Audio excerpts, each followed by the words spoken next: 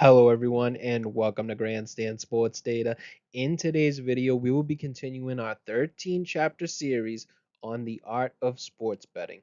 We will be educating you on what we call the 13 pillars for turning you from a square to a sharp with similar principles to the book The Art of War. We will be providing action steps throughout each of the chapters so you can improve your betting approach and get you betting more responsibly. We will also add our final thoughts from the 17 years of experience that we have betting on sports. So let's get right into it. Chapter 3, Finding Value. The supreme art of war is to subdue the enemy without fighting. And when it comes to sports betting, the best bettors live by that philosophy. They're not out here placing 20 bets a day, chasing action, or fighting uphill battles. No, the best bettors wait. They look for openings, spots where the sportsbooks slip up or misprice a line, and that's when they strike. Winning without fighting, that's finding value instead of forcing bets. They're not trying to beat the sportsbook at its own game. They're exploiting the rare moments when the book makes a mistake. So in this chapter, we're going to break down how to find real value, how to spot mispriced odds, and how to know when to attack and when to hold back. Because volume doesn't necessarily win this war, value does. So let's get into it. So let's get into the heart of betting responsibly, and that's with value. So, what is value? It's betting when the odds the sportsbook give you are worse than what you believe the true odds should be. In other words, you're betting when you have the edge. Let me say this clearly. You don't need to win every bet. You just need to bet when the odds are in your favor. You're putting yourself in the best position to win, even though you still may lose. So let's break it down with the key concepts to finding value. The first is going to be break even percentages. So before you can spot value, you need to understand how often you have to win just to break even. An example would be if you're betting at minus 110 odds, which is very popular, your break even percentage is 52.38%. So if you're winning more than 52.38% of these bets, you're making money. If you're below that for your win percentage, you're losing money. Simple, right? But most bettors never calculate this. Next would be expected value, or EV. Why does it matter? Well, here's the formula, and don't worry, we're going to keep it very, very simple. EV is going to be your projected odds, so you, the sports bettor, minus the sportsbook's odds. That's it. And if your EV is positive, that means you'll profit over time if you keep betting that way. If it's negative, it's a losing bet long term, no matter how good it feels. You need to understand that plus EV bets help grow your bankroll and minus EV bets help drain it. For the final concept, we're going to look at implied probability and how to calculate it. So you're basically translating odds into percentages. Then you can compare your predicted odds to the sportsbook's odds. Okay, so let me show you an example of how to understand value based on a betting odds calculator. And let's just say that the example is going to be a money line game and it's a pick 'em. So it's minus 110 for both teams. As you can see from the sports book, they have minus 110 for the, you can count it for both teams, but so let's just say that the focus is on team B, which you think is going to win. Team B's got minus 110 odds at that sports book. Putting it into a betting calculator, that shows you the implied odds, right? In the last slide, we've already touched on this. To be a winning sports bettor, you have to have a better win percentage than 52.38% on every minus 110 odds bet, right? Well, let's say that you like to, I don't know, run models, look at fundamental factors, and do everything, whatever it is, and you find that Team B has a 55% chance to win, while Team A will have a 45% chance to win.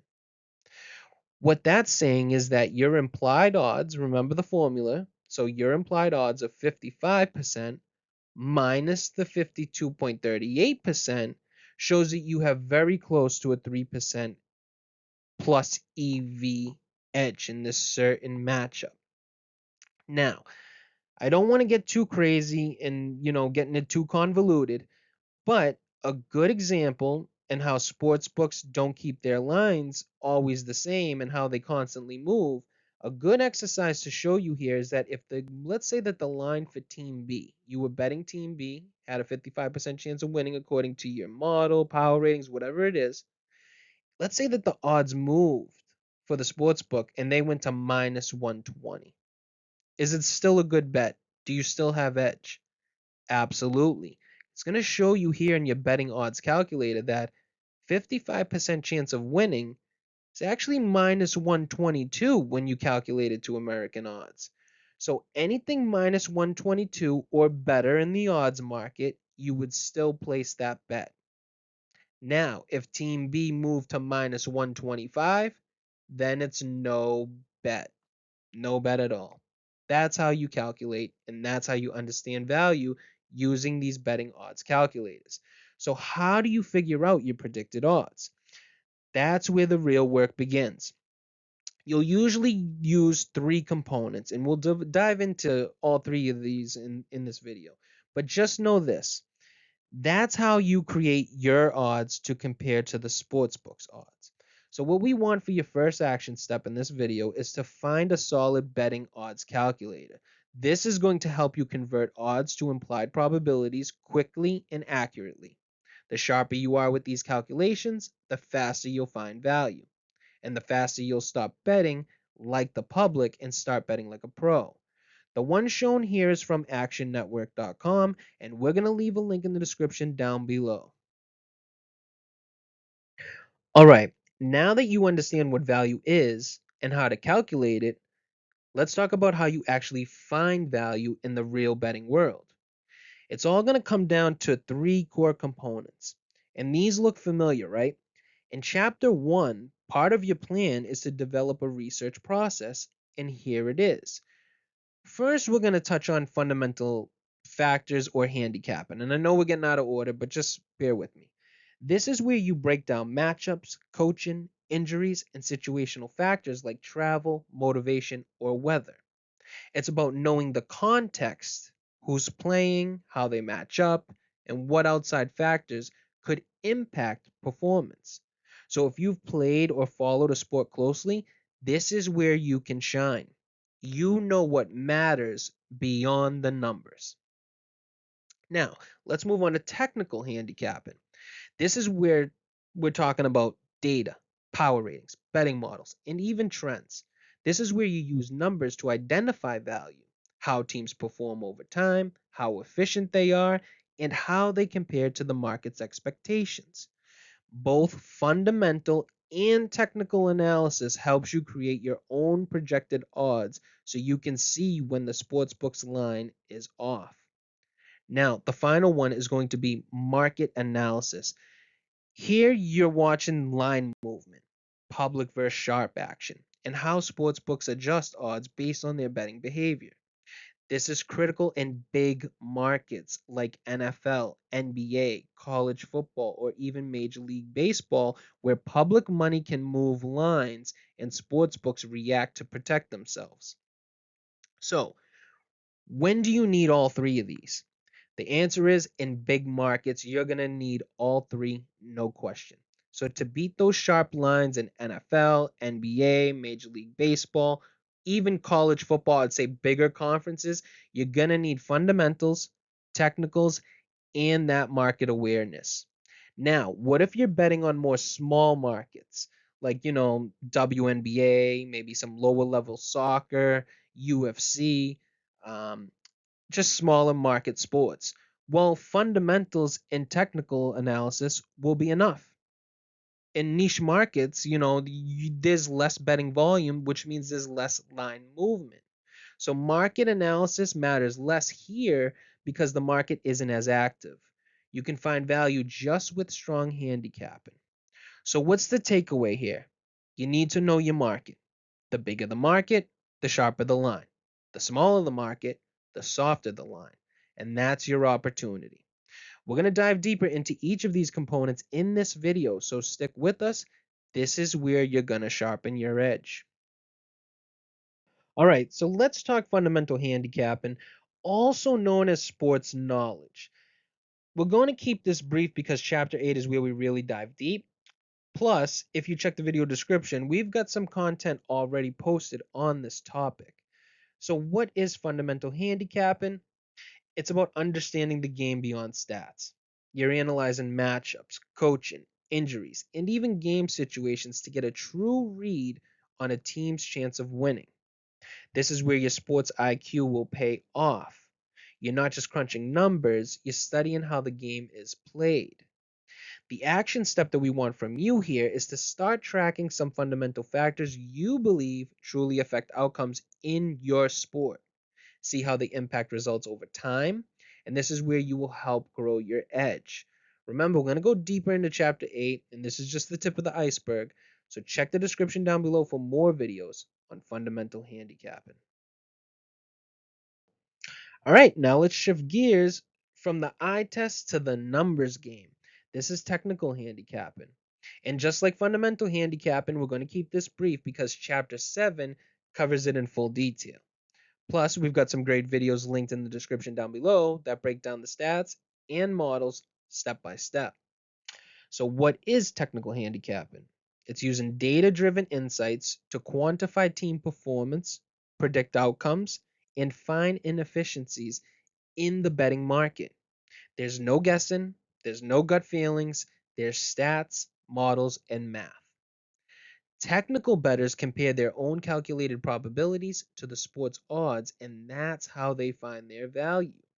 The action step for this will be find stats or advanced metrics that answer the betting questions you care about for your sport. Are you a moneyline bettor? You're going to look for stats that correlate to win percentage. Are you a spreads bettor? You're going to focus on margin of victory stats. In chapter 7, this is where we're going to show you how to build simple, effective models. And if you're ready to start now, check the description down below for our existing videos. Now, let's talk about the final component of finding value. And this one is a game changer in big betting markets like the NFL, NBA, college football, and even Major League Baseball. It's going to be market analysis, and this is where you understand the betting market. It's all about reading the sports book like a book. Track how odds move, where the money's going, and then how public versus sharp action shapes the line. Sharp bettors in big markets make a living by identifying when sportsbooks misprice a line and then they pounce. Moving on to some of the market analysis, like we touched on earlier when it came to big markets versus small markets. If you're in a big market, you're going to need all three components. You're going to need fundamental, technical, and market analysis because there's just too much action and there's too many sharps for you to beat the line on just gut feeling alone. For some of my smaller market bettors, you may want to skip ahead in this video because market analysis will matter less here. It's low volume, which means that the lines don't move much. So strong fundamentals in technical analysis are enough to find value. You don't really need much market analysis if there's not much of a market. Makes sense. Now, I kind of want to give you a quick update on how the lines move or how the market operates. So you need to understand first in market analysis is that sharp bettors move lines, public bettors do not.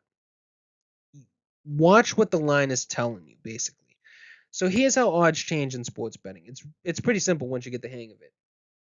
When sportsbooks first release odds, they base them off their own research, off their own fundamental and statistical analysis, just like what we're doing. But here's the thing, once those odds go live, they don't just stay there. They move. Why? Because of how people bet. Let's say a lot of people are betting on one team. The sportsbook doesn't want to risk a big loss if that team wins, so they'll adjust the odds to make the other side more attractive. This way, they try to balance the money coming in on both teams and guarantee themselves a profit because that's their main goal.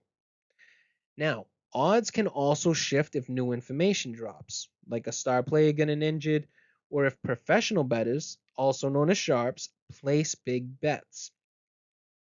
Believe it or not, sportsbooks have information on everybody that has an account with them and can identify which bettors are square and which bettors are sharp and how to adjust appropriately. In the end, odds are always moving based on money, information, and market reaction. And smart bettors pay close attention because those changes can reveal value or tell you where the public is betting heavy. Okay, so all that is good and gravy, but how do you find value using market analysis? Well, here's the list. First, we're going to start with contrarian betting. This is also known as fading the public. And it's very simple. It means betting against the crowd. Most bettors lose long term, so going opposite of the public can give you an edge. If everyone's on one side, sportsbooks often adjust the odds, creating value on the less popular side. Contrarian bettors look for these lopsided games and bet the team that's getting less love, because fading the public can pay off when the lines are inflated. If 80% of the bets are on one side and the line isn't moving, that's a red flag.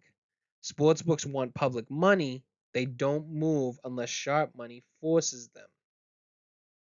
Now we're going to move on to number 2, which is identifying overreaction, also known as regression to the mean. So the public loves recent results. They listen or watch these debate shows and eat up information from guys who are paid to give their opinion, whether it's right or wrong. So you're going to look for value fading teams off fluky wins or backing teams after bad losses. Markets overreact, sharp bettors do not. Number 3, it's going to be follow sharp sportsbook movements. So some sportsbooks move early and sharp. Think about sportsbooks like Circa or Pinnacle. If they move before others, you have to pay attention.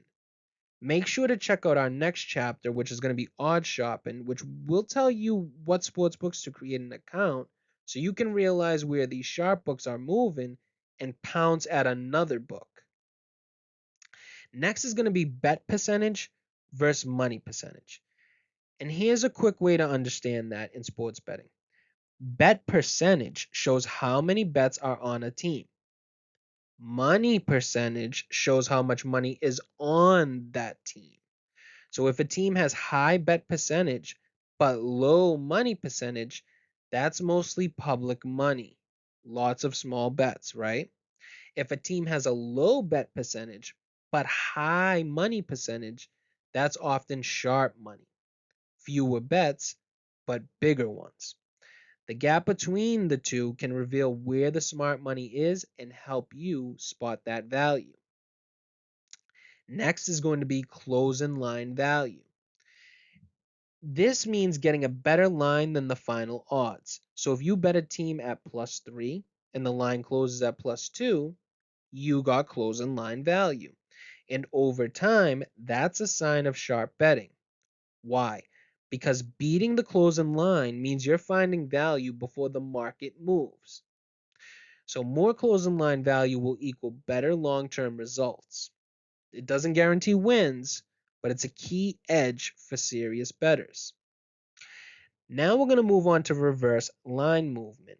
In reverse line movement, this happens when the odds move against the public betting. So public bets one way, line moves the other, because sharp money is against the public. It usually means sharp money is on the opposite side of the public, causing the sports books to adjust.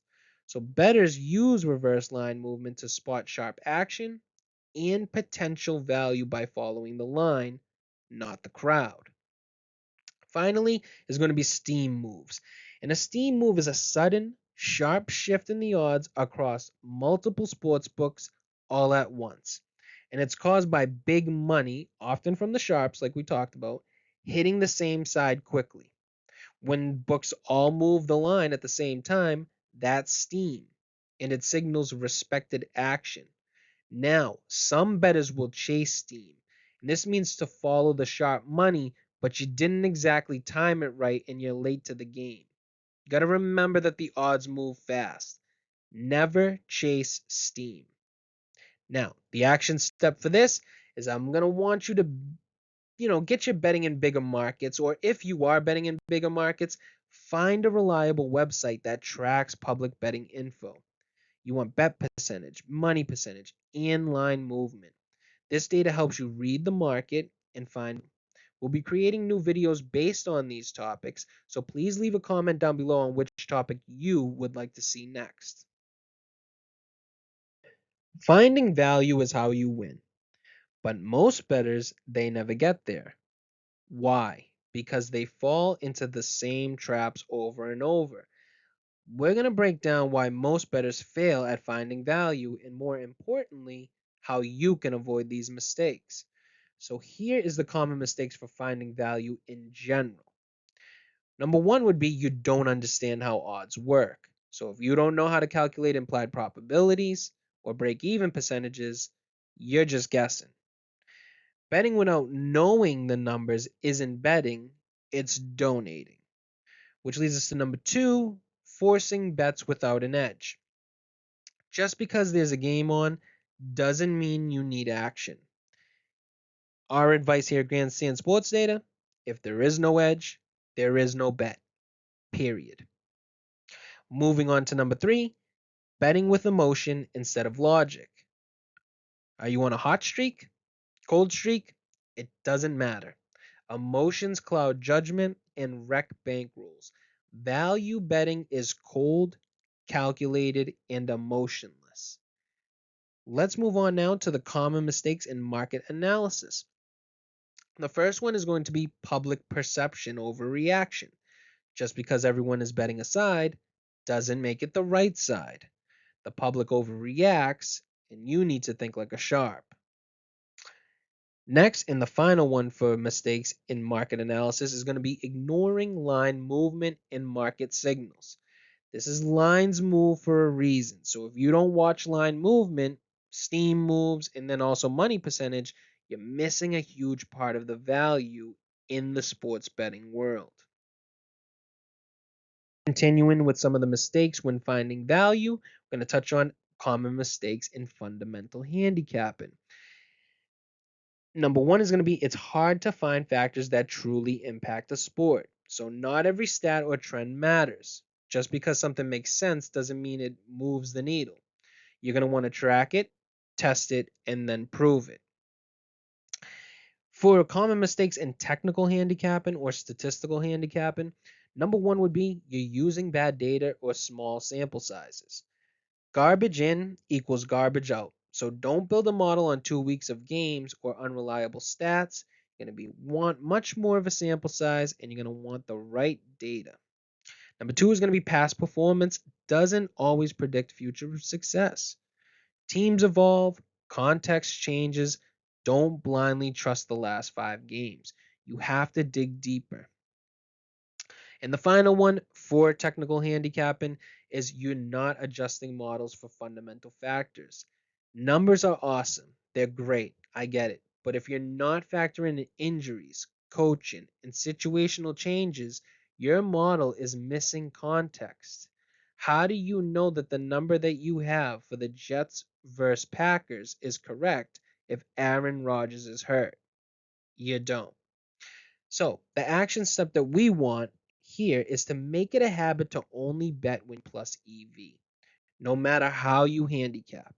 Whether you're a fundamental bettor, a stats guy, or a market reader, don't place a bet unless the edge is there. Discipline is what separates bettors who survive and thrive from the ones who flame out. Okay, so let's take a look at the key takeaways from chapter 3, Finding Value. And you're going to remember what Sun Tzu said. The supreme art of war is to subdue the enemy without fighting. And that's what finding value is all about. You're not betting the sportsbook head on. You're waiting for them to slip up and then strike with precision. So here's your checklist for success. Number one, you want to find a good betting odds calculator. You'll need this to convert odds into implied probabilities fast, so you can compare them to your own numbers and spot value. Number two, you want to find some fundamental factors that you believe impact your sport. Start simple with things like matchups, coaching, injuries, and spot scheduling. You want to track them and see how they impact the results in your sport. Next, I want you to find stats or advanced metrics that answer the betting question you care about. Whether you're betting money lines, spreads, or totals, focus on stats that actually correlate with those outcomes. Next, if you're betting in big markets, so if you're not, you can skip this, but if you are, make sure to find a website that tracks public betting info. You want to know bet percentage, money percentage, and line movement. This data is going to be crucial for market analysis. And finally, I want you to make it a habit to only bet when you have plus EV, no matter how you handicap. Whether it's fundamental, technical, or even market driven, if you don't have the edge, don't force the bet. Remember, discipline, preparation, and patience. This is how you win without fighting. I've given you all the information for finding value in sports, but now let me talk to you sports better to sports better here. Now, something like bankroll management, that's probably number one on the list in terms of sports betting. But number two is going to be finding value. Look, when you're analyzing the board, you're looking for opportunity. That means knowing your break even percentages, your implied probabilities, and of course, understanding the VIG. I don't even have to say it. If you're not factoring in the juice, you're going to be toast. And this is what I've learned in the years of sports betting that I have, almost 17 years, almost 18 years now, is you need to find value, but finding value isn't static. It constantly changes. And what I mean by this is you might find a fundamental angle that hits at 70% one season, and then it's going to hit at 20% the next. That's why you have to track everything constantly, especially in fundamental and statistical handicapping. If you're not monitoring and adapting, your edge will eventually slip away. And for those of you stuck on one style, whether you're a fundamental guy who numbers or a statistical guy who doesn't care about context, you need to stop that shit. For my fundamental handicappers out there, I want you to start with basic power ratings and then ease into them. The numbers are not going to bite you. And you can still be successful as a fundamental handicapper with some unique power ratings. And what I mean by unique is creating your own. Now, for my statistical handicappers, you can at least start by analyzing injuries and schedule spots because you can't ignore that stuff. There's been numbers and numbers of research that show you that injuries and the amount of rest teams have correlate to wins, margin of victory, and a number of other stats. On that, there's also a trillion ways to find value in the market, and you're just going to have to get creative and dig a little deeper than everyone else. And for anyone that's betting on big markets like NFL or NBA, don't do what I did earlier in my sports betting career. Basically, I said, F all that market reading and analysis. I got my fundamental factors, I have my power ratings, and I also have my model. I'll be good. I don't need to read the market. That's wrong. You need to learn how to read the market. Not in doing that, not only put me in the right side more often, but it helped confirm what my own analysis was already telling me. So it basically sharpened my edge. So guys who are in bigger markets or girls, whatever type of better you are, make sure to at least get some of the basics on market analysis. The key takeaway throughout this video is going to be it's winning without fighting. And that's, betting only when the odds are in your favor. You're not swinging at everything. You're waiting, analyzing, and then striking when the value is real. That's how you're going to beat the sports book without unnecessary risk. So if this one hit home, like the video, drop a comment down below. What's your go-to method for finding value? And don't forget to subscribe to Grandstand Sports Data so you can stop betting blind and start betting sharp. That's it for this one, and we'll see you in the next chapter.